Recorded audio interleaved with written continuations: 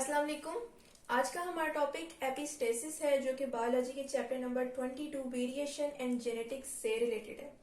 तो लेक्चर को स्टार्ट करने से पहले मेरी रिक्वेस्ट है कि आप मेरे चैनल को लाइक करें, शेयर करें और सब्सक्राइब करें और बेल आइकन पे क्लिक करें ताकि आपको मेरी नई आने वाली वीडियोस की नोटिफिकेशन भी मिलती रहे। आज के टॉपिक एपिस्टेसिस को स्टार्ट करने से पहले हम कुछ जनरल डिस्कशन कर लेते हैं ताकि हमें इस टॉपिक को समझना आसान हो जाए।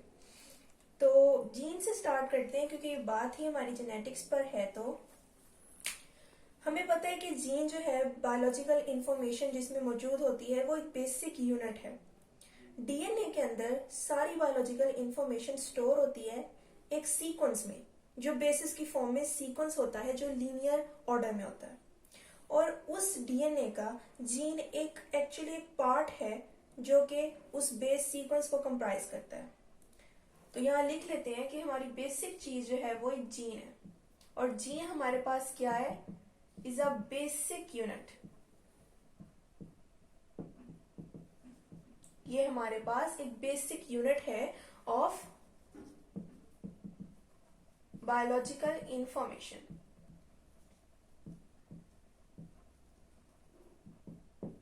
जब ड्यूरिंग फर्टिलाइजेशन जब दो गैमीट्स आपस में जो है फर्टिलाइज करते हैं एक दूसरे को, तो हमारे पास उस जाइगोट जो एक सिंगल सेल है उसके अंदर सारी इंफॉर्मेशन जो होती है, metabolic rate, height, intelligence, skin colour, ये सारी चीजें जो हैं ये हमारे पास एक पर्टिकुलर जीन की मदद से आती हैं। यानी डिफरेंट ट्रेड्स को, उनके एक्सप्रेशन को जो कंट्रीब्यूशन होती है वो जीन की होती है उसमें। तो ये एक बेसिक पार्ट है हमारी जो है डीएनए का, बायोलॉजिकल इंफॉर्मेशन का, जो स्पेसिफिक जो है हमारी कैरेक्टरिस्टिक्स में रोल प्ले करता है।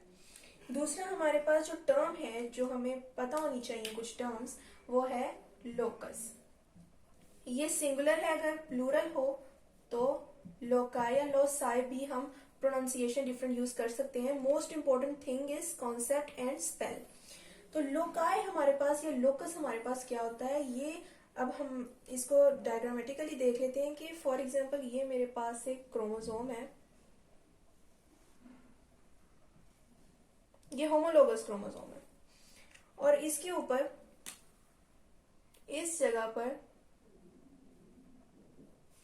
जीन प्रेजेंट है। हमारे पास जो बेसिक यूनिट है जो हमारे डिफरेंट कैरेक्टरिस्टिक को जो है उसमें कंट्रीब्यूशन देता है वो यहाँ पर प्रेजेंट है। एक पर्टिकुलर ट्रेड का पर्टिकुलर जीन हमारे पास क्रोमोसोम, होमोलोगस क्रोमोसोम में इस पोजीशन पर प्रेजेंट है। तो उस पोजीशन को जहां पर जीन क्रोमोसोम पर प्रेजेंट होता है उसे हम लोकस या लोकाई प्रेजेंट फॉर्म में, मतलब कि प्लूरल फॉर्म में कहते हैं। मीन्स के एक से एक क्रोमोसोम पर, एक होमोलोगस क्रोमोसोम पर एक से ज्यादा जीन, एक से ज्यादा ट्रेट के लिए भी मौजूद हो सकते हैं। जैसे कि इसके बिल्कुल ही नीचे यहाँ पर दूसरा जीन है, gene pair and so on. इसको हम लोकस 1 कह सकते हैं और इसको हम लोकस 2 कह सकते हैं। और इसी तरह पूरे क्रोमोसोम पर डिफरेंट जो है वो हमारे पास ट्रेट जो है उनके जीन्स, उनके जीन पेयर मौजूद होते हैं। तो इस तरह हम इस लोकस टर्म की डिफिनेशन जो है वो देखते हैं तो वो हमारे पास ये है कि the position of a gene on A chromosome is called locus. या अगर बहुत ज्यादा जीन पेयर मौजूद है डिफरेंट ट्रेड्स के लिए तो हम उसके लिए लोकाई या लोसाई का वर्ड इस्तेमाल करते हैं। थर्ड हमारे पास जो टर्म है उसको डिस्कस कर लेते हैं।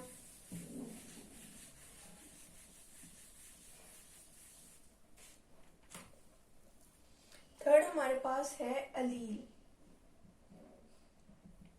अलील हमारे पास क्या है, दोबारा हम क्रोमोसोम ड्रॉ करते हैं।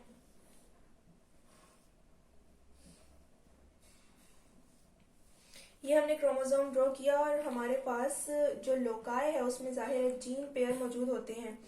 तो हमारे पास एक कैपिटल टी है, एक स्मॉल टी है, ये एक जीन पेयर है। और ये हमारे पास जो पर्टिकुलर जीन पेयर है इसमें T, small T and capital T, ये हमारे पास फॉर्म्स हैं जीन्स की, अल्टरनेटिव फॉर्म्स हैं जीन्स की जिनको हम अलील्स बोलते हैं। इसी चीज को हमने आज डिस्कस करना है। अब हमारे पास दूसरा जीन पेयर है, ये एक जीन पेयर हमारे पास हो गया। जो एक स्पेसिफिक लोकस में प्रेजेंट है, मीन्स कि उसकी पोजीशन स्पेसिफिक है। दूसरा हमारे पास जो लोकस है उसमें जीन पेयर जो है वो capital A small A present है और उसमें स्मॉल ए कैपिटल ए हमारे पास एलील्स हैं, और जब इनको आपस में कलेक्टिवली कहा जाता है तो ये हमारे पास सेकेंड जीन पेयर है जो कि सेकेंड लोकस पर प्रेजेंट है। मीन्स कि हमारे पास कैपिटल टी स्मॉल टी को ले लें तो ये दोनों जीन्स हैं, ये दोनों मिलकर एक जीन पेयर बना रही हैं, लेकिन ये टी और ये टी ये अल्टरनेटिव फॉर्म्स हैं किसकी, जीन्स की। तो यही हमारे पास एलील्स होती हैं। मीन्स के जीन की डिफरेंट टाइप्स, कुछ कैपिटल लेटर से शो होती हैं जो डोमिनेंट कैरेक्टर शो करती हैं, और कुछ स्मॉल लेटर से जो कि रिसेसिव होती हैं, जिनका जो एक्सप्रेशन है वो मास्क हो जाता है बाय डोमिनेंट वन। तो हम इसकी डेफिनेशन को इसके मुताबिक फिर लिख लेते हैं कि the alternative forms of gene are called alleles, या हम ये भी कह सकते हैं कि the partners of a gene pair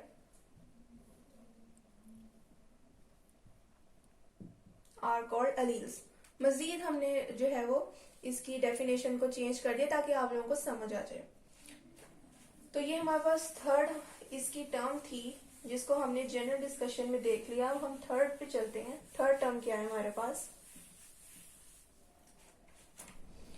third और फोर्थ को हम इकट्ठा ही लिख लेते हैं यहाँ पर,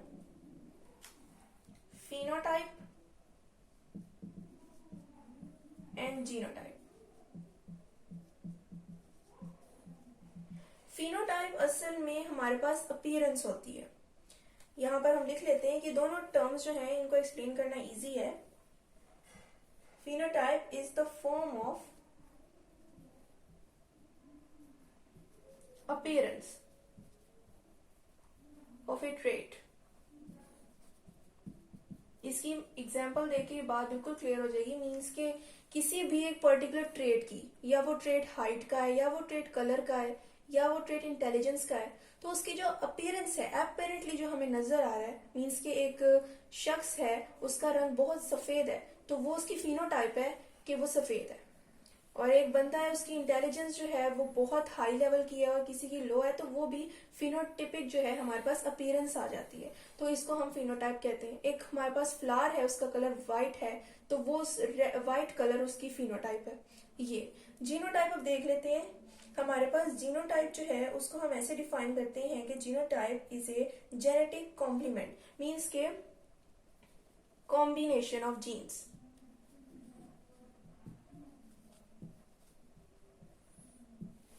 कॉम्बिनेशन ऑफ जीन मीन्स के हमारे पास capital T small T, capital T भी हो सकता है, स्मॉल टी भी हो सकता है। तो इस चीज को हम जो है जीनोटाइप कहते हैं। और अगर हमारे पास दो सेम मीन्स के दोनों डोमिनेंट जो है एलील्स आपस में जीन पेयर में मौजूद हों तो उसको हम जो है होमोजाइगस कहते हैं, होमोजाइगस जीनोटाइप।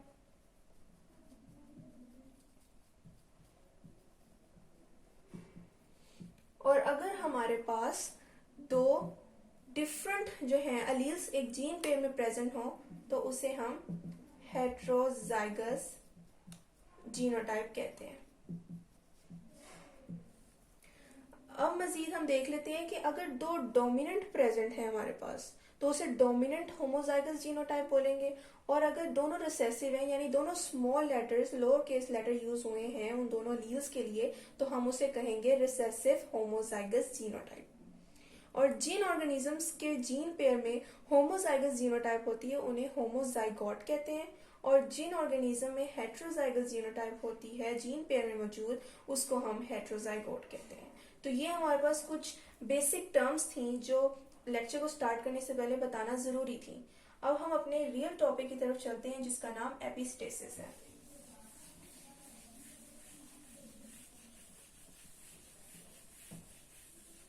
एपिस्टेसिस को पहले डिफाइन कर लेते हैं कि हमारे पास दोबारा से क्रोमोसोम बनाए यहाँ पर,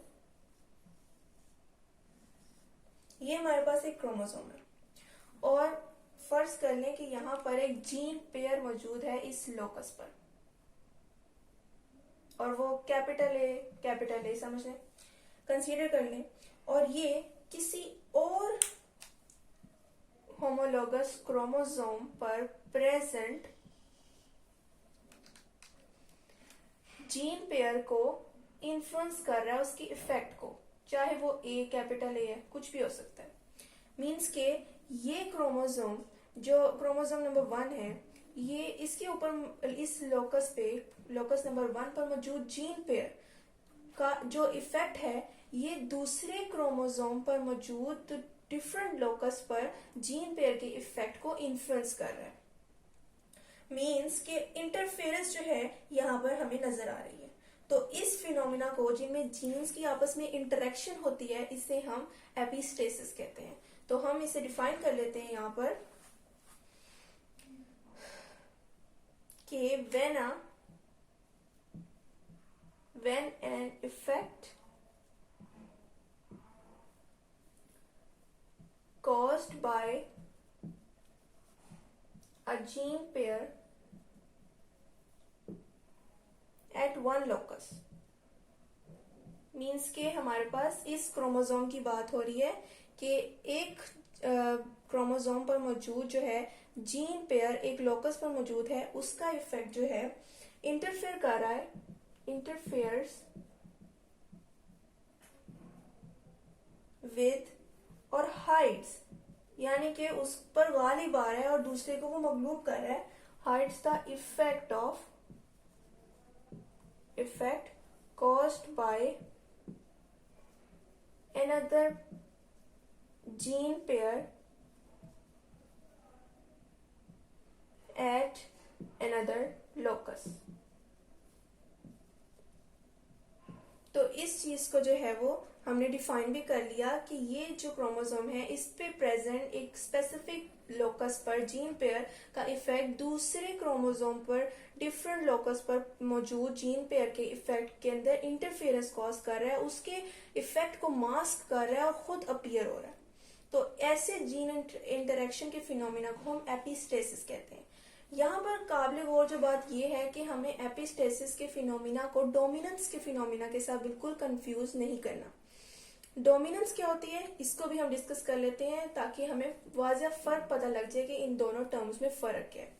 डोमिनेंस में क्या होता है कि एक ही क्रोमोसोम पर मौजूद एक लोकस पर जो जीन पेयर है, जो 2 डिफरेंट अलील्स जो हैं मिलकर जीन पेयर बना रहे हैं, उसमें से कोई एक अलील डोमिनेंट है तो वो दूसरे वाले के इफेक्ट को, दूसरे जो लोअर केस अलील जो पार्टनर है हमारे पास, उसको उसके इफेक्ट को मास्क कर रही हो एक ही लोकस पर और एक ही क्रोमोसोम पर प्रेजेंट होकर, तो उस चीज को हम डोमिनेंस कहते हैं। मीन्स के हमारे पास यही क्रोमोसोम है, मैं टी की एग्जांपल ले लेती हूँ। अगर ये हमारे पास एक लोकस पे मौजूद है, जिस तरह की हमारे पास ए और कैपिटल ए स्मॉल ए मौजूद है, उसी तरह ये भी एक होमोलोगस क्रोमोसोम पर मौजूद जीन पेयर के 2 अलील्स हैं, जिनमें से एक डोमिनेंट है मीन्स के अपर केस लेटर है और दूसरा हमारे पास रिसेसिव है मीन्स के लोअर केस लेटर है। तो ये डोमिनेंट होने की वजह से रिसेसिव वाले को के इफेक्ट को मास्क कर लेगा, खुद अपीयर हो जाएगा, और जो अपीयर होता है उसे डोमिनेंट करेक्टर कहते हैं, और जो मास्क हो जाता है जिसका इफेक्ट, उसको हम रिसेसिव जो है करेक्टर कहते हैं। तो ये चीज तो एक ही क्रोमोसोम पर प्रेजेंट होकर हो रही है, लेकिन यहाँ पर 2 डिफरेंट जो है हमारे पास होमोलोगस क्रोमोसोम्स हैं, और इस होमोलोगस क्रोमोसोम पर मौजूद जीन पेयर के इफेक्ट ने दूसरे होमोलोगस क्रोमोसोम पर मौजूद जीन पेयर के इफेक्ट के साथ इंटरफेरेंस की है। तो इस चीज को हमने डोमिनेंस के साथ कंफ्यूज नहीं करना। आई होप कि डेफिनेशन क्लियर हो गई होगी। अब हम इसकी एक्सप्लेनेशन पर चलते हैं। तो हमारे पास नेक्स्ट जो है इसकी एग्जाम्पल जो है उसको डिस्कस करना है। हमारे पास टर्म बुक में दी गई है Bombay phenotype.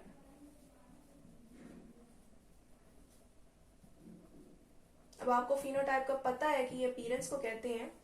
Indian city Bombay में इसकी फर्स्ट डिस्कवरी हुई थी, जिसकी हम एक्सप्लेनेशन अब देखने जा रहे हैं। हमें पता है कि ABO ब्लड टाइप जो है हमारे पास, ये हमारे पास ब्लड टाइप है। इसमें कम से कम 4 जो है हमारे पास फिनोटिपिक जो है फिनोटिपिक टाइप्स है हमारे पास। एक है A blood group, B blood group, AB blood group and O blood group. ऐसा ही है ना। अब हमें पता है कि ए ब्लड ग्रुप पर मौजूद होती हैं एंटीजन्स ए, मींस के उस जिस पर्टिकुलर इंडिविजुअल का ब्लड ग्रुप ए है उसके आरबीसी के सरफेस पर एंटीजन्स ए मौजूद है। ब्लड ग्रुप बी वाले इंडिविजुअल जो हैं उनके आरबीसी के ऊपर एंटीजन्स बी प्रेजेंट है। ए बी के पास एंटीजन ए भी प्रेजेंट है और बी भी प्रेजेंट है, और ओ के पास कोई एंटीजन मौजूद नहीं है। इसको हम डायग्रामेटिकली भी देख लेते हैं कि हमारे पास फर्ज करें कि एक इंडिविजुअल है और उस जिसका ब्लड ग्रुप हमारे पास ए है, उसका ये आरबीसी है, मींस के रेड ब्लड सेल है, और उसके ऊपर जो है एंटीजन्स मौजूद होंगे ए वाले। जाहिर है क्योंकि उसका ब्लड ग्रुप भी ए है तो उसके रेड ब्लड सेल के ऊपर मौजूद सरफेस के ऊपर ए ही एंटीजन्स होंगे। उसी तरह बी ब्लड ग्रुप वाले के पास ए की जगह बी जो है एंटीजन्स प्रेजेंट होंगे, और अगर ए बी ब्लड ग्रुप वाला इंडिविजुअल है तो उसकी आरबीसी पर ए बी प्रेजेंट होगा एंटीजन और बी भी प्रेजेंट होंगे, मींस के दोनों प्रेजेंट होंगे। लेकिन ओ हमारे पास जो इंडिविजुअल है जिसके पास ओ ब्लड ग्रुप होता है उसके आरबीसी मींस के रेड ब्लड सेल्स के ऊपर कोई उसके सरफेस पे एंटीजन्स मौजूद नहीं होते हैं। तो ये हमने फिनोटाइपिक जो है वो टिपिकली देख लिया कि हमारे पास रेड ब्लड सेल की अपीयरेंस कैसी होगी अगर एक पर्टिकुलर ब्लड ग्रुप हमारे पास होगा। अब हम थोड़ा और इसको मजीद डिस्कस कर लेते हैं कि ये बताने का मकसद क्या था।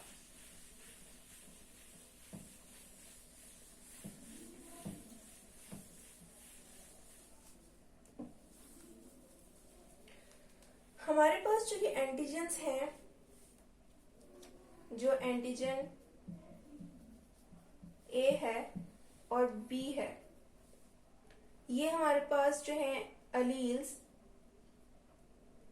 आई ए और आई बी, ये इनके लिए रिस्पॉन्सिबल है। मीन्स के जीन्स हर चीज के लिए रिस्पॉन्सिबल होते हैं, क्योंकि हमारे पास कोई एक स्पेसिफिक ब्लड ग्रुप होना भी एक जो है ट्रेट है हमारे पास, ये हमारी कैरेक्टरिस्टिक है।